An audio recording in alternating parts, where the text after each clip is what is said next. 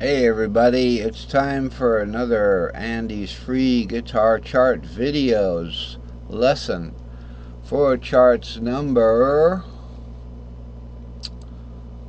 75, 76, and 78, which is very good charts I've worked on. This one right here is the major and minor tritone arpeggio patterns. So and these are unwarped patterns. That means the way you see them right here, they would only work on the first 4 strings, but you could start the bottom string from 5, let's say, over here in the major pattern, and go like that, and do one of those, it looks like a little dipper kind of thing right there, right? But you have to deal with the tuning warp, and that is something that I should spend a whole hour on, but when we tune up, my guitar is tuned to C, so it's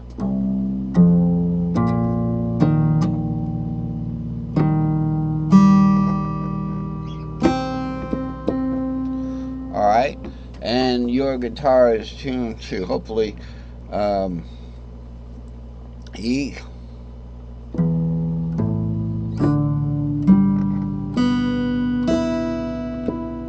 Okay, now when you get to the G string, and then you go to this string,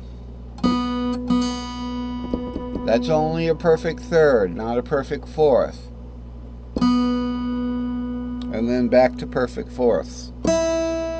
So because of that perfect third, to get the same fourth effect, you'd have to hit that first note here, which is the C.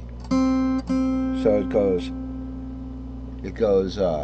E, A, G, excuse me, D, G, and then if you press down here, you got a perfect fourth from G to C, and then you have to follow through with the other string is also effectively detuned a little bit, because it's a fourth up from a string that's detuned by 1 fret, so by 1 semitone. So you have to press up here to get the F for this effect. If this was the way your guitar was tuned, then these would play exactly the way they're written. And what happens is, so it's worthwhile to recognize some of these shapes of these chords. We have the major, we have the minor, and then we have the half diminished. The half diminished is a special case.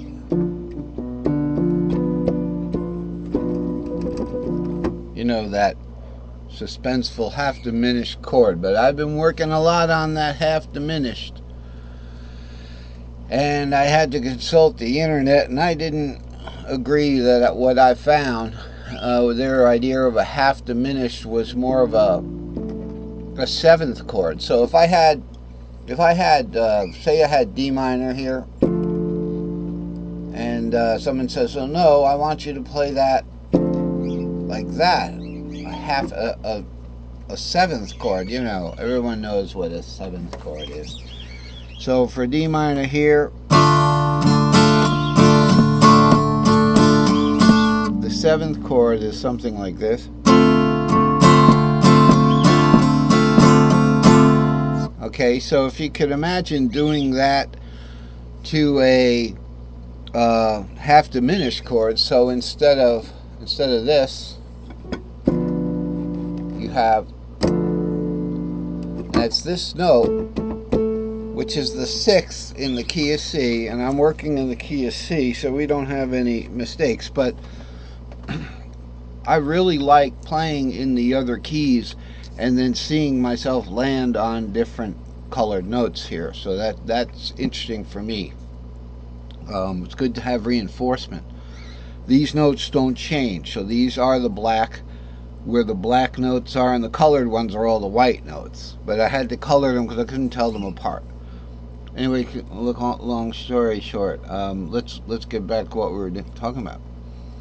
So that if you actually play that D minor,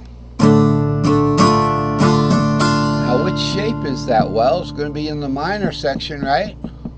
And it's going to be up top, right? Well, how come I don't see that shape anywhere here? Because it's a warped shape. It's a warped over shape. It's one of those warped shapes. And we're going to find out exactly which one it is when we get into the meat of it. So, what I also wanted to tell you is if you do play that minor seventh, okay, rather, here's the minor seventh, okay, but if you actually just forget the C and drop down to a D, alright, then what you've got is something like this.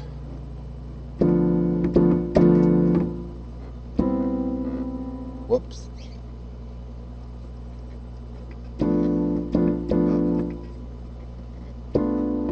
Right there. Something like that. I like to get the right inversion on the piano because then you can really hear it. Sorry about my cross chest piano playing. It digs into me. And sorry about my scratchy throat, but this is the only time I can do this lesson. It's not like this was the perfect time I turned on the camera. I've been waiting for, I've been working on the charts, and now we can do the lesson for them. Important to remember that this chart is an unwarped pattern. Okay, so just like when I play unwarped patterns to make major scales, such as the S3L, okay, say I start an S3L on a 5/6 in the middle of that pattern, it'd be 5, 6, 7, root 2, 3, then into an S2L, 3, 4, 5, 6, 7, root. Those are unwarped patterns, because look what I have to do. Then I'm gonna want to go into another S3L here, right? Well, I can do two things. I can take this thing down to here and go and just pretend like, okay, I'm going to start that thing from here. Well, I'm still going to hit the warp in about one string, right? So what I have to do is, instead of going to 5, 6 here, that ain't right. That's right. So if you hear something that doesn't sound right and you're trying to play one of the patterns, by definition, my patterns, I've decided that they are not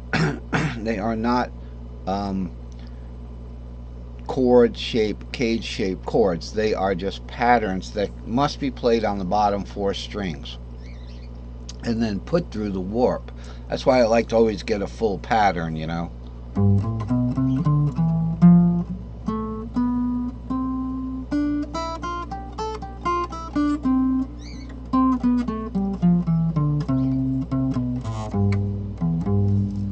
I don't know about that bouncing down there, but sometimes you're taking a chance. But if it's a minor third, you know, or just a whole step, it's usually okay. So these now, where we got to is where was our D minor? Okay, well, let's go ahead in time now. Over here, I just explained the intervals here before we go and find our D minor, and I know I shouldn't be doing this, but the intervals. So from root to third is in first inversion. This is first inversion. These 3 right here, root position, okay, and the interval involved here is a major third. So there's a major third written here, okay, and then the next one over here is a minor third. All right, and that's the root position, root 3, 5, and the key is C, and the key of E would be